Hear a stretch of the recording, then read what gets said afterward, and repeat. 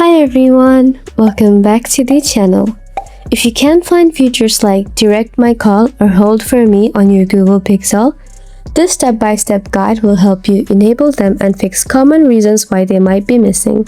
First, make sure your Pixel model supports Direct My Call and Hold for Me. These features are available on supported Pixel devices and may not appear on older models. Solution 1. Check your language and region. These features are only available in supported countries and languages. Go to Settings on your device. Scroll down and tap System, then tap Language and Region, and make sure English United States is selected. Also, confirm your region is selected to the United States.